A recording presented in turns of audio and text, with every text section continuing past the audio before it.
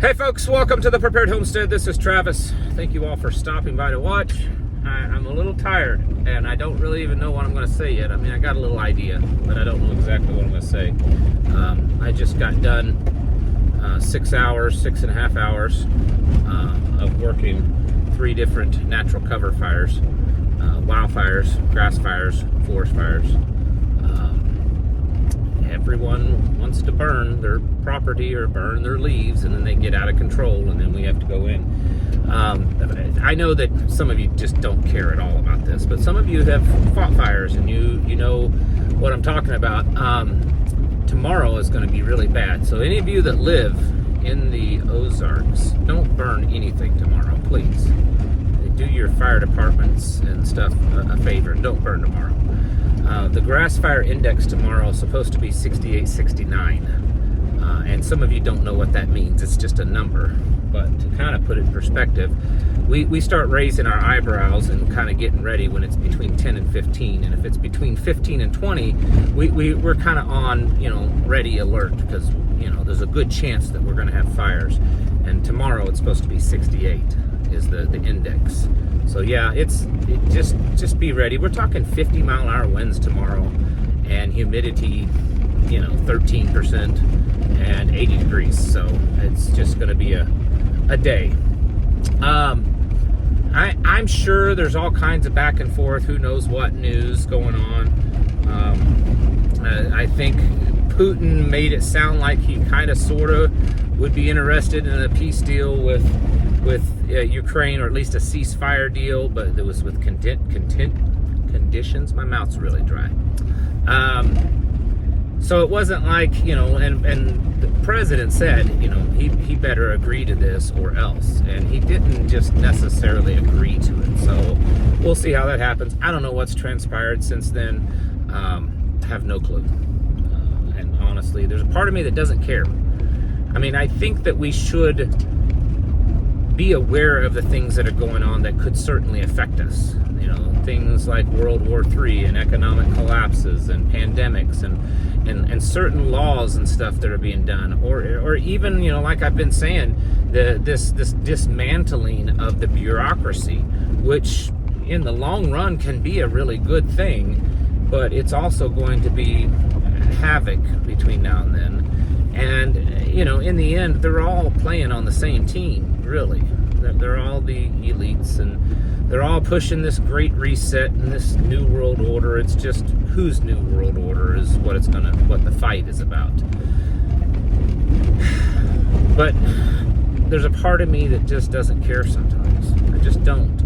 And so where I think that many of us fail in is putting enough focus on what goes on around us. We can't really change what happens in Washington. I mean, you can go vote, right? And you can vote in cast your vote for some new guy, different guy, or whatever. But in the end, it's you're not changing big global policy. It's not like it was meant to be, okay? But what you can change is what goes on around you. And I'm not even talking about politics. I talked about this a while back, a couple of weeks ago. I'm not talking specifically about, your local elected officials and your local laws. Yes, you have a greater opportunity to affect those things. But what I'm really talking about is what literally goes on around you. Your family, your neighborhood, the community that you live in. That's where we can make great effect. And in my opinion, regardless of what's going on and what's happening with Donald Trump in office, with Russia and Ukraine and the stock market, gold, breaking new records today, all this kind of stuff that's happening. What I know, what I believe and know, because the Bible tells me so, is that the world is getting worse, and the world will continue to get worse until the end. And we are told that we need to try to endure to the end. And that means it's going to be a struggle. It means it's not going to be comfortable. But how we do that, spiritually is one thing. I talk about that often, how we need to, build a stronger commitment and closeness to the Father, to Scripture, to praying, that walk with, of emulating Yeshua, emulating Jesus. That's what he was here for, is partly is to see how we're supposed to live. But then there's the other aspect. There's the physical aspects, and whether that's prepping or other things. That's where we need to be putting a lot of our focus. We need to be putting our focus on how we're getting ready locally. And I'm not just talking about, did you buy some beans and rice and some, dried corn, and, you bought a water filter and another box of ammo. I'm talking about what you're doing in your family. The world is becoming a darker, more evil place.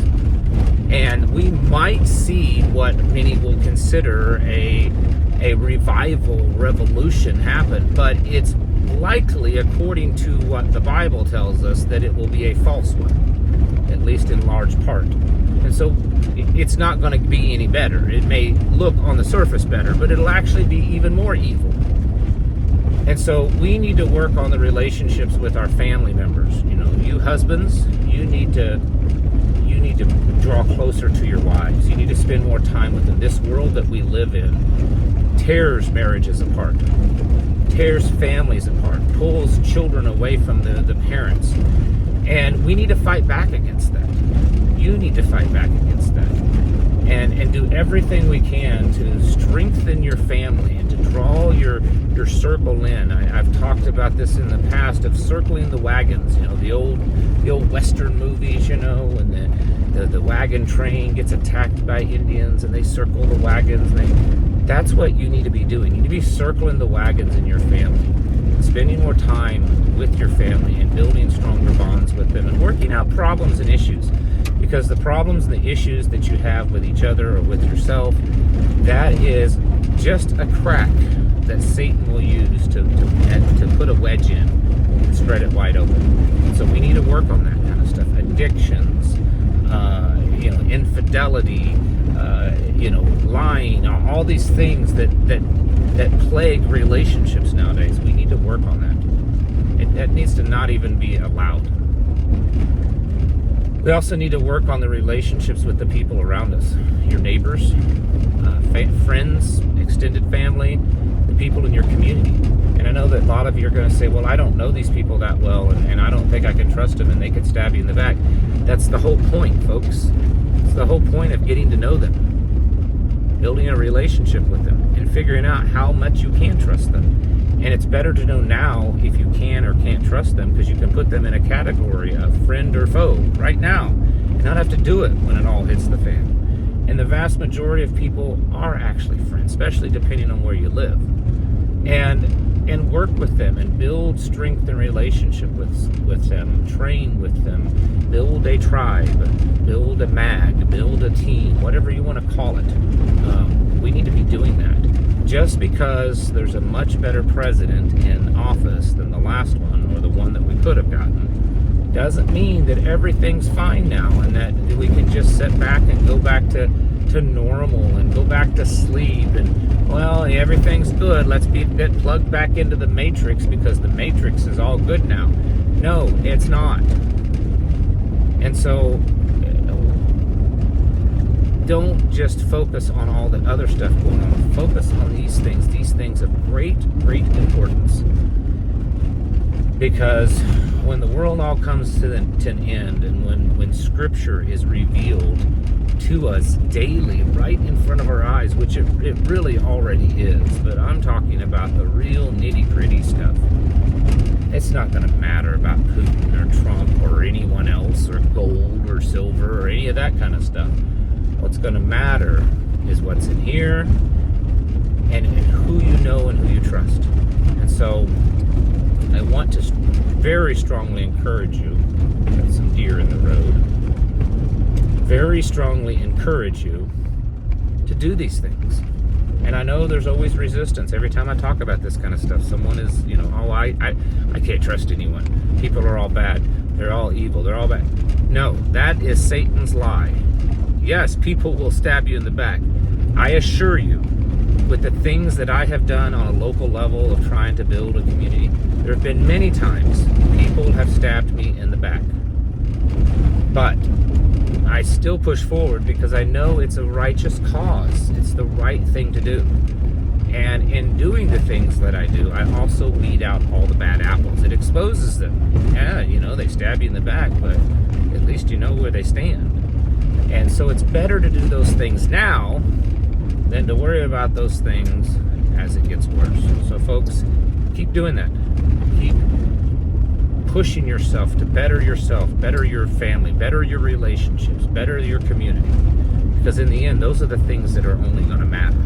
It's not what goes on the news or on Twitter or anything. Get your houses in order.